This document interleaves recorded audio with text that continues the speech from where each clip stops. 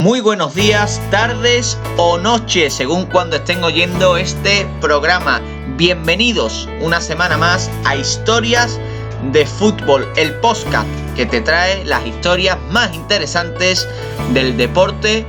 rey. Recordábamos en el último programa la tragedia de Heysel con motivo no solo de la final de Champions entre Manchester City y Chelsea, sino también por su 36 aniversario, un suceso terrible que cambió la vida del fútbol en los estadios. Ese podcast y todos los anteriores lo podéis encontrar en nuestras plataformas de YouTube, Spotify, iVoox y Anchor FM. Por cierto, muchísimas gracias a todos nuestros oyentes, porque cada vez son más quienes nos escuchan y cada vez son más las escuchas que tienen nuestros programas. Y a todos ustedes os recomendamos que nos sigan en nuestros perfiles de redes sociales para que estéis al tanto de todas las novedades. En Twitter, @HIST_D_fútbol y en la página de Facebook, Historias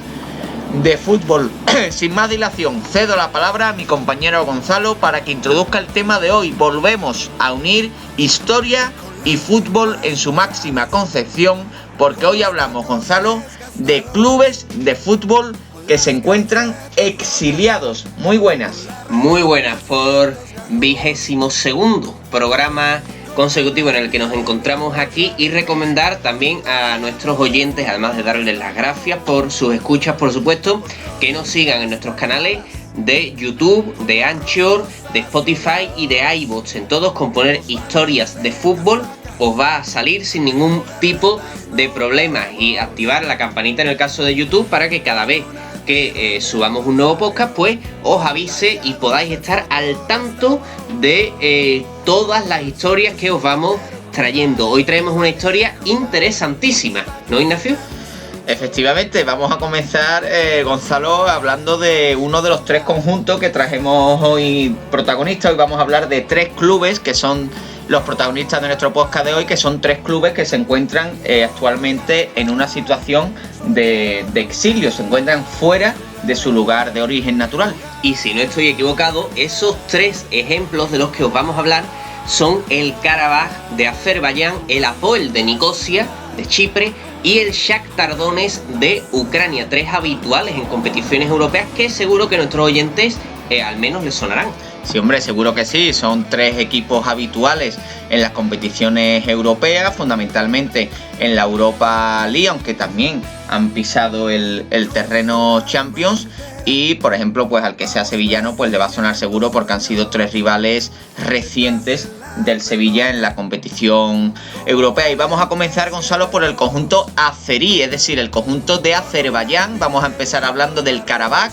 que es un club, un conjunto fundado a mitad del siglo XX y que curiosamente ha comenzado esta temporada a desandar sus pasos, por así decirlo, en un intento por regresar de su exilio. Parece que empiezan a ver la luz al final del túnel, pero vamos a explicar por qué lleva tantos años el Karabaj y aún sigue hoy en día en el exilio, en una situación de exilio. Así es, tenemos que empezar hablando de este club del Karabaj, que fue fundado en el año 1951 y que durante mucho tiempo jugó bajo el nombre de Mehsul, y que alcanzó la máxima categoría del fútbol azerbaiyano en los años 60. Este club, que estuvo casi durante 10 años desaparecido, hasta que en el año 1977 renació con el nombre de Shafak, no tardaría mucho en recuperar su nombre de Karabaj tras esta refundación. Es decir, primero se llamó Mehsul en su fundación en los años 50, es un club muy joven, un club relativamente reciente. Después, en los años finales de la década de los 70, se llamó Shafak y ahora ya pues lo conocemos con el nombre de Karabaj. Y tienen que saber nuestros oyentes que este club azerí fue durante muchos años el principal exponente futbolístico de su ciudad natal, que es la ciudad de Aghdam, una ciudad del interior de Azerbaiyán, que fue una de las ciudades que más sufrió durante la guerra del Nagorno-Karabaj en el año 1993, año por cierto en el que nació este que os habla. Así que nos situamos en ese conflicto del Nagorno-Karabaj, porque va a tener gran trascendencia en la historia reciente de este club azerbaiyano. Efectivamente, este conflicto, que también es conocido como el conflicto de la región del Alto Karabaj o del Nagorno-Karabaj, según a cuál de las partes del conflicto le pregunté, pues duró entre 1988 y 1994. 6 años en las que estuvo en disputa una antigua provincia soviética, esta provincia del Nagorno-Karabaj, donde la población mayoritaria era armenia. Sin embargo, quedó en manos de la República de Azerbaiyán tras la descomposición de la Unión Soviética. El parlamento de esta región aprobó por unanimidad la unificación con el Estado armenio, asunto que fue ratificado en un plebiscito popular. Pero la progresiva desintegración de la URSS y el complicado proceso en el que entraban todos estos países dejó este intento de unificación con Armenia en stand-by y se acabó iniciando una guerra no declarada entre armenios y azeríes, especialmente en las zonas montañosas y zonas rurales, creándose un gran odio entre ambas poblaciones que llevó incluso a limpiezas étnicas por parte de ambos bandos. Ante estos acontecimientos, tienen que saber nuestros oyentes que la República de Azerbaiyán pues decidió tomar una serie de medidas como la supresión de la autonomía política de esta región del Alto Karabaj. Esta supresión de la autonomía fue lo que terminó de incentivar al bando armenio, por así decirlo, a los armenios de la zona, para posicionarse a favor de la creación de su propia república, de la República de Artsaj, e iniciándose así un conflicto armado en el que las tropas armenias acudieron a apoyar a sus compatriotas de esta región. Finalmente, esta República de Artsaj consiguió la independencia de facto, aunque no de jure, porque está muy poco reconocida en el panorama internacional,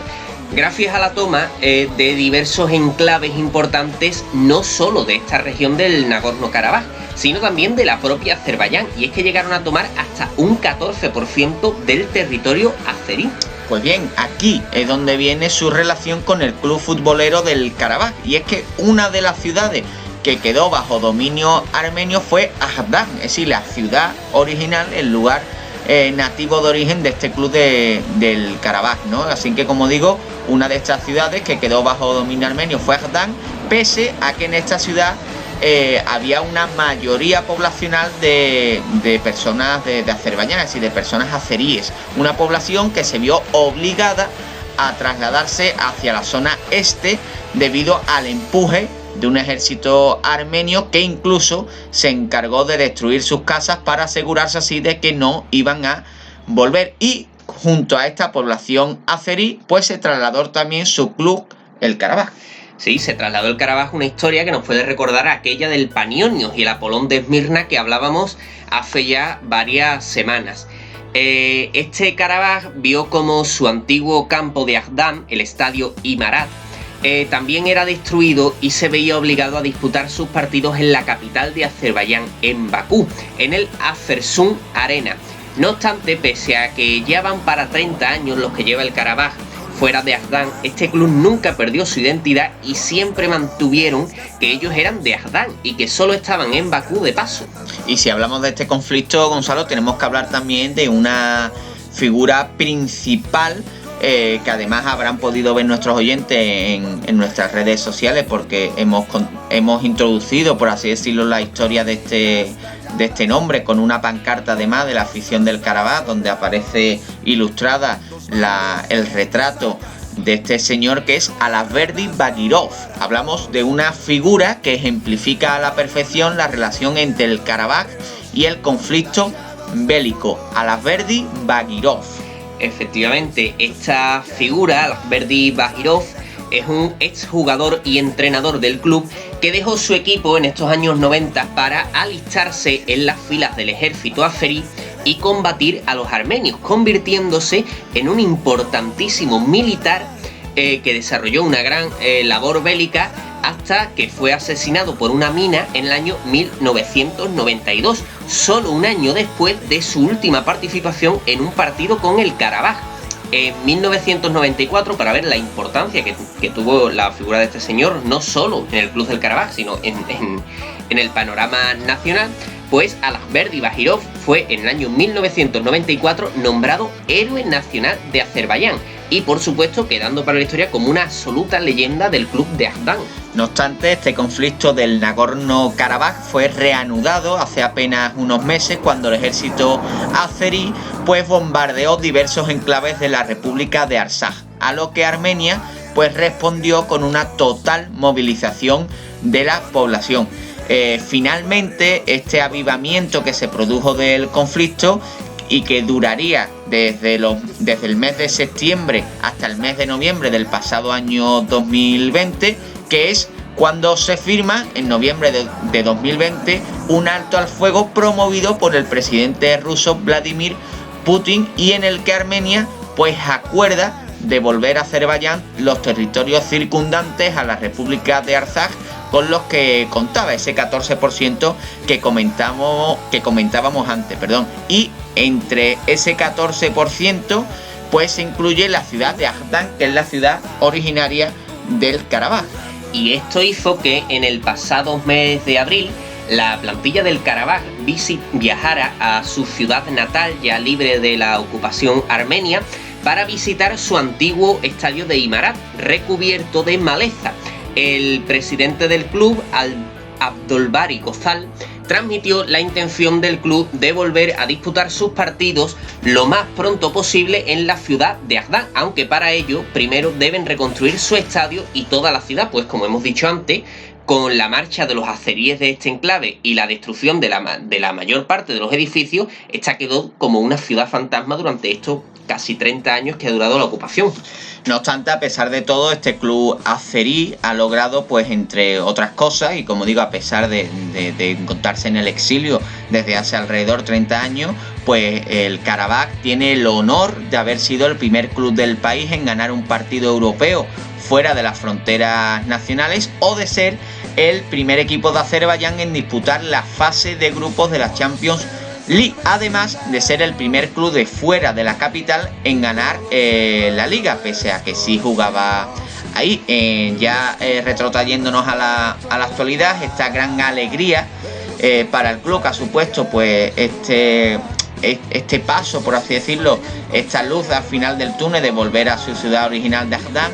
pues como digo, esta alegría para el club y sus aficionados, que ha sido este más que probable regreso a Ajdam, pues se ha visto empañado por la derrota sufrida en la última jornada de liga frente al Nefti Bakú, que los ha dejado sin su séptima liga de forma consecutiva en favor del histórico club de la capital. Tenemos que comentar también que muchos aficionados futboleros de España recordarán al Karabaj esa participación en Champions porque se enfrentó al Atlético de Madrid y le rascó 2 empates que acabaron dejando al Atlético de Madrid fuera de la fase de grupos en el año 2017, si no recuerdo mal.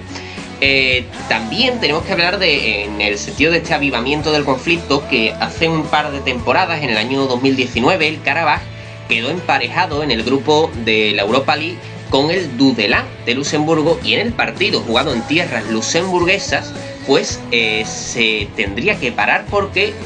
sobrevoló el estadio un dron con una bandera armenia, lo que enervó enormemente a los jugadores azeríes, que enseguida se marcharon para derribar el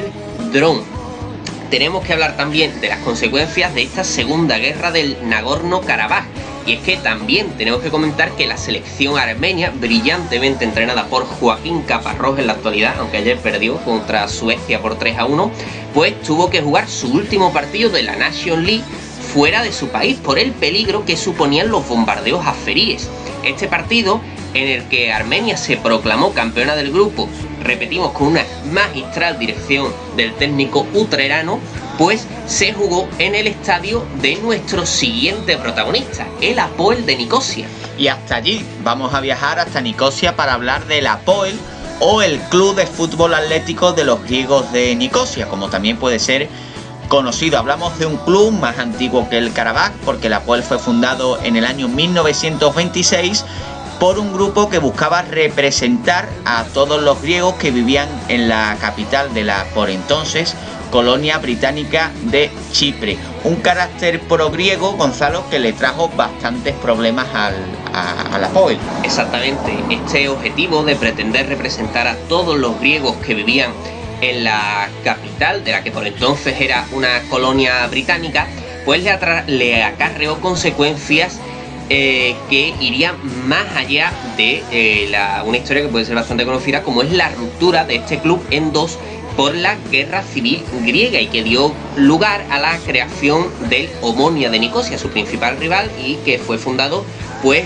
por los miembros de más extrema izquierda que formaban anteriormente parte del Apoel. Tenemos que comentar también que varios de sus miembros, de los miembros del Apoel, formaron parte de la organización EOKA, una organización chipriota que luchó por expulsar a los británicos de la isla y buscar la enosis, es decir, la unión de Chipre con Grecia bajo la bandera helénica. No luchaban por la independencia chipriota, sino por su unión con Grecia. Por la unificación. Y tienen que saber nuestros oyentes que este movimiento revolucionario tuvo su auge tras la Segunda Guerra Mundial, hasta que en el año 1960 los países de Reino Unido, Turquía y Grecia firman la independencia del territorio.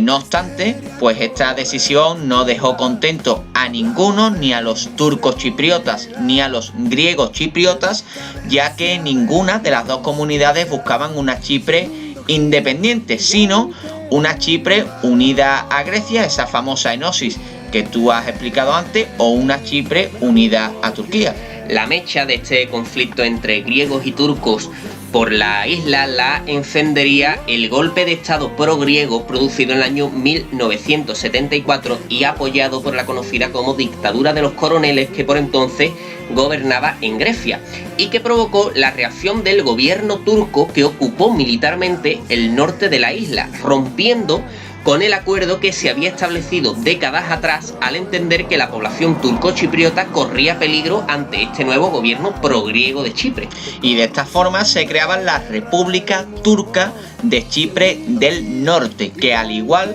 que la República de Arsaj, que hemos hablado anteriormente, pues tiene una independencia de facto, pero solo reconocida por la propia Turquía, por lo cual, pues bueno, tiene un reconocimiento bastante escaso y limitado. Y se preguntarán nuestros oyentes, ¿qué tiene que ver todo esto que estamos contando con el Apoel y con estos supuestos exilios de clubes que estamos contando? Pues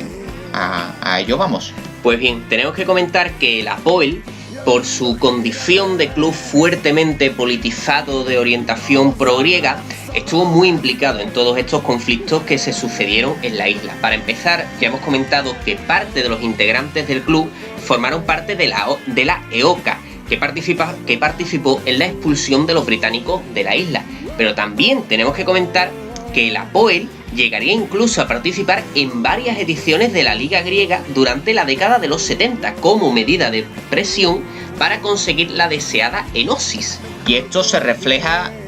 tiene su reflejo en la actualidad, en el presente, donde tenemos que comentar que la isla de Chipre se encuentra dividida en dos. La mitad sur es la Chipre independiente y la mitad norte es esa República Turca del norte de Chipre, que tan solo está reconocida por el país de Turquía.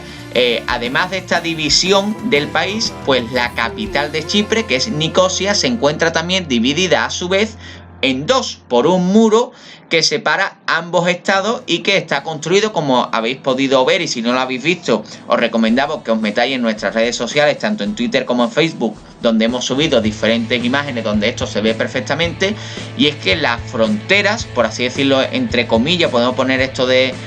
frontera que separa la ciudad de Nicosia en dos, pues está construida con cualquier tipo de material, es decir, desde unas chapas metálicas hasta bidones y neumáticos.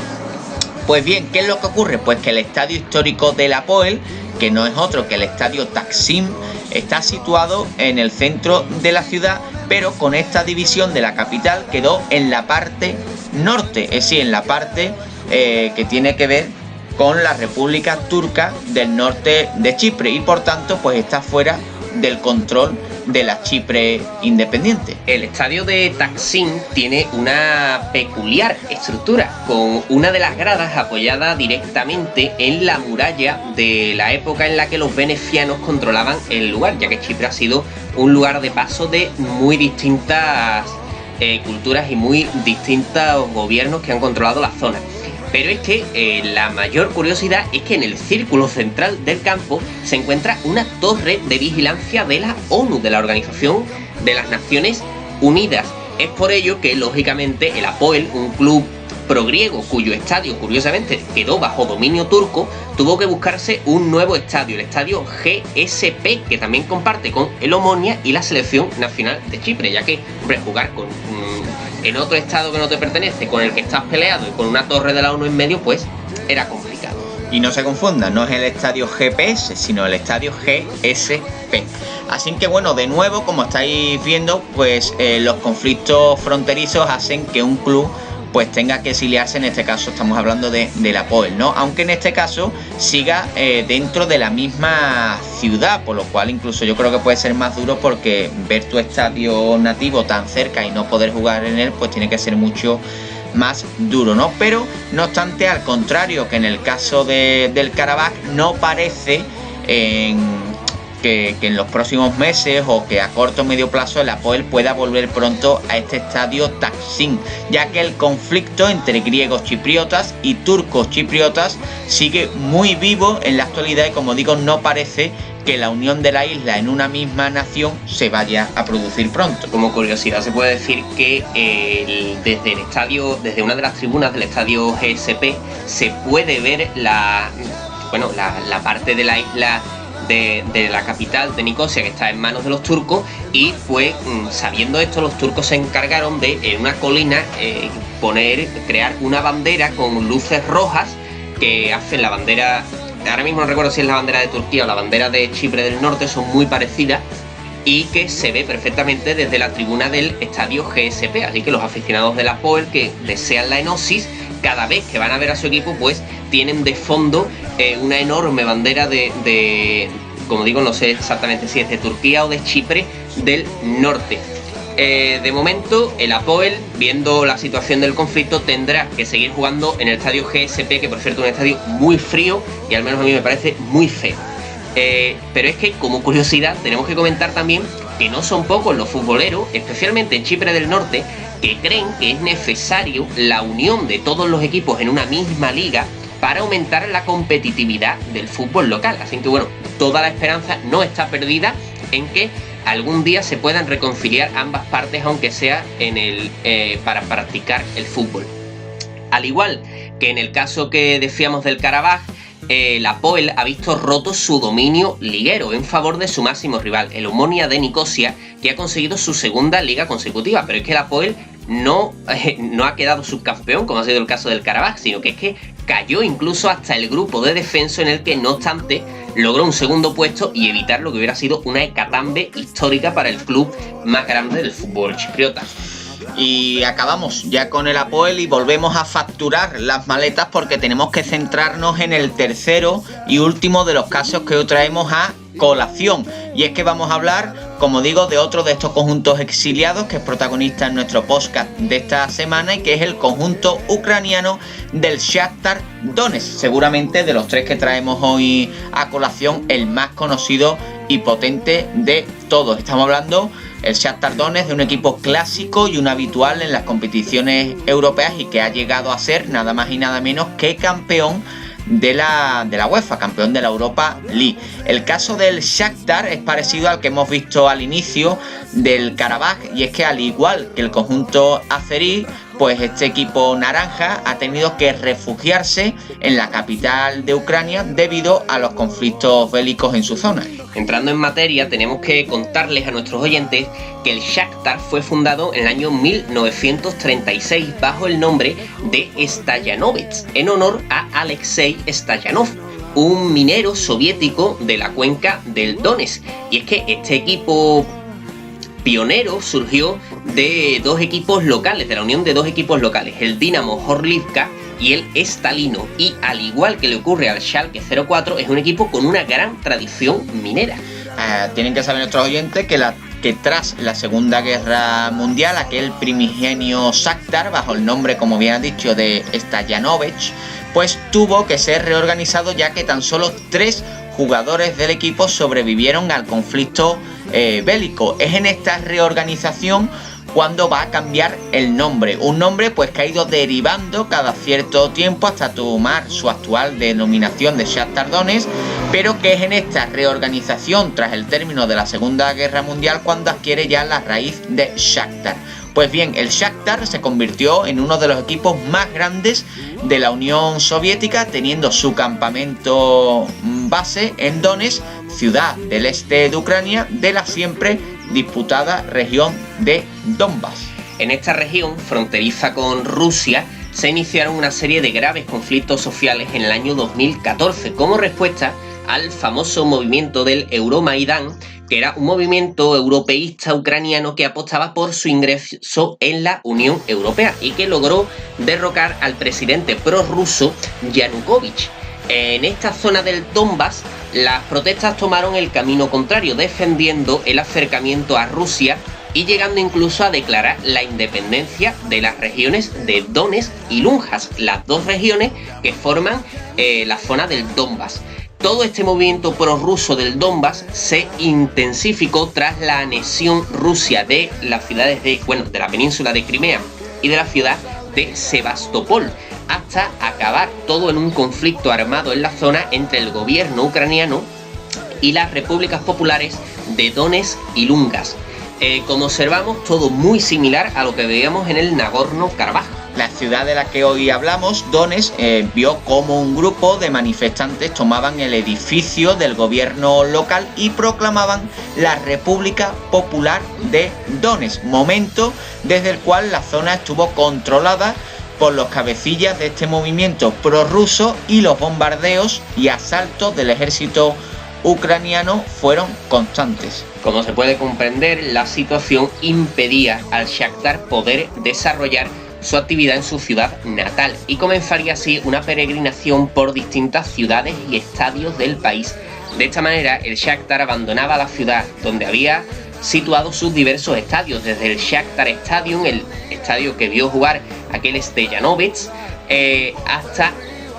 el renovadísimo Donbass Arena, que se vio obligado a abandonar apenas 5 años después de su inauguración, sin olvidar por supuesto el mítico RSK Olimpijski, que vio al Shakhtar campeón de la Copa de la UEFA en el año 2008, si no recuerdo mal, tras vencer al Werder Bremen, o donde Palop marcó su famosísimo gol de cabeza en el año 2007. Para que tomen conciencia nuestros oyentes del coste no solo significativo sino también económico que supone dejar el Donbass Arena, tenemos que comentar que este estadio es un estadio renovadísimo, ¿no, Ignacio? Efectivamente, hablamos de un estadio y de unas instalaciones que costaron más de 400 millones de dólares y que quedaron en ese momento abandonadas a la suerte del bando prorruso que proclamó la República Popular de Donetsk. También vuelvo a insistir, en nuestras redes sociales hemos colgado imágenes de la situación en la que se encuentra este gran estadio del Donbass Arena, que obviamente pues ha sufrido una serie de desperfectos bastante importantes debido al conflicto bélico que hay en la zona. Pues bien, tras explicar la situación que se vivía en Donetsk, tenemos que comentar que la primera marcha del Shakhtar fue a la ciudad de Leópolis para jugar en el Arena Lviv, estadio construido para la Eurocopa del año 2012 y que acogió al club del Donbass hasta el año 2017, cuando vuelve a cambiar de ciudad y se marcha a la ciudad de Yarkov para jugar en el estadio Metalist, después de que el club que da nombre al estadio fuera expulsado de la Premier League ucraniana y desapareciera, un club que llegó a jugar en Europa y en el que jugó por ejemplo el Papu Gómez. Efectivamente, y no obstante hay que decir que las consecuencias negativas de esta guerra irían más allá de la propia marcha de la ciudad y de tener que abandonar este estadio, pues que le costó, como digo, 400 millones de dólares. Y es que en el año 2014, cuando comienza el conflicto armado, se produce una complicadísima situación para el club, y es que Gonzalo, en el mes de julio de ese año 2014, 6 jugadores del Shakhtar Donetsk se van a negar a regresar a Ucrania. Esto ocurre tras un partido disputado en Francia frente al Olympique de Lyon, en el que estos 6 jugadores, por miedo a la situación que se vivía en el Donbass, se niegan a coger el vuelo de vuelta con el resto de sus compañeros. Estos jugadores creo que les sonarán a muchos de nuestros oyentes, porque incluso hay un par de ellos que siguen jugando en el Shakhtar a día de hoy. Estos fueron los brasileños Alex Teixeira, Fred, el actual jugador del Manchester United, Douglas Costa, de la Juventus, Dentinho e Ismaili, que juegan en el Shakhtar aún a día de hoy, y el argentino Facundo Ferreira, actual jugador del Celta de Vigo. Este hecho vino influenciado no solo por la guerra civil que se vivía en el este de Ucrania, sino también porque a consecuencia de este conflicto estaba muy reciente el derribo del vuelo 17 de Malaysia Airlines, según parece por un misil enviado desde la zona bélica de Donetsk. Y bueno, hablando también, claro, ¿qué influencia puede tener todos estos hechos en el aficionado del Shakhtar? Pues bueno, nosotros podemos concluir que respecto a esto quizás sea el sector que menos ha sufrido, porque los estudios realizados pues estiman que hay un 30% de porcentaje de aficionados futboleros de Ucrania que apoyan al club minero. Es decir, estamos hablando de un porcentaje relativamente pequeño y que están repartidos por todo el país, aunque no obstante, aunque sean pocos, pues seguro que echan de menos a los que se quedaron en Donetsk y que ansían este regreso de su club, cosa que por el momento yo creo que parece bastante complicada. Bueno, 30% en todo el país, no sé, yo fui un porcentaje precisamente pequeño, ¿eh? Ucrania no sé la población que tiene que tener, pero en torno a, pues estará en torno a 40 millones de habitantes, calculo. 30% de eso no yo creía que era un 30% de la ciudad. Hombre, un 30% de los aficionados futboleros que hay en toda Ucrania apoyan al Shakhtar, por lo tanto hablamos de un porcentaje muy importante, y aunque seguramente su núcleo más duro estuviera en la ciudad de Donetsk, pero bueno, por ejemplo en Kiev, donde el club ha jugado también muchos partidos, especialmente de competición europea, son muchos los aficionados que apoyan al Shakhtar, ya que prácticamente la afición en Ucrania está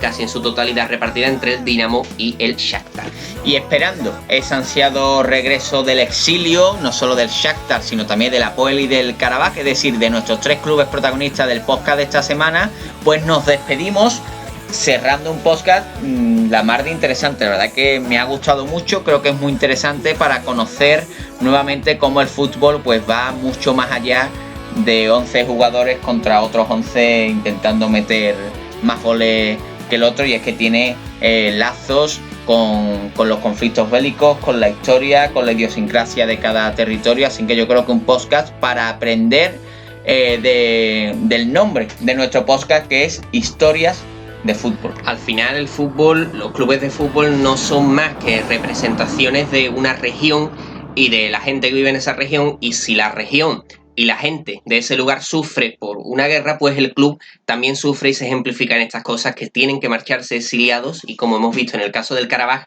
junto con sus aficionados, como también le ocurrió a los clubes de Esmirna, de los que hablamos hace unas semanas, y que también recomendamos la escucha de ese podcast porque es muy interesante y va en una línea muy continuista con este. Pues tanto ese que comentas de los clubes de Esmirna como el de hoy, y todos los demás podcasts que llevamos hasta ahora, lo podéis escuchar en nuestras plataformas de YouTube, Spotify, iVoox y Anchor FM. Y por cierto, que me acabo de acordar, el club de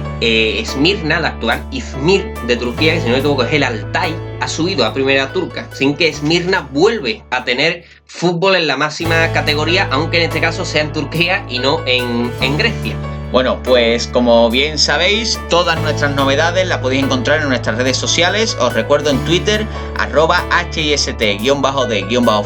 y en la página de Facebook, Historias de Fútbol. Cerramos este podcast y nos ponemos manos a la obra para preparar el siguiente, que va a tener un guiño, como no puede ser de otra forma, a ese acontecimiento futbolero para el que quedan tan solo 5 días, y es que el 11 de junio con un Turquía. Además, Italia va a comenzar la Eurocopa 2020, aunque estemos en 2021. Y también a decirles a nuestros oyentes de Sudamérica que no nos olvidamos de la Copa América, que también haremos en las próximas semanas algo acerca del trofeo de selecciones más antiguo de la historia del fútbol. Efectivamente, seguimos rellenando nuestra lista de peticiones, de ideas nuevas de podcast, pero de momento cerramos este. Esperemos que os hayan gustado y nos vemos aquí la próxima semana en Historias de Fútbol.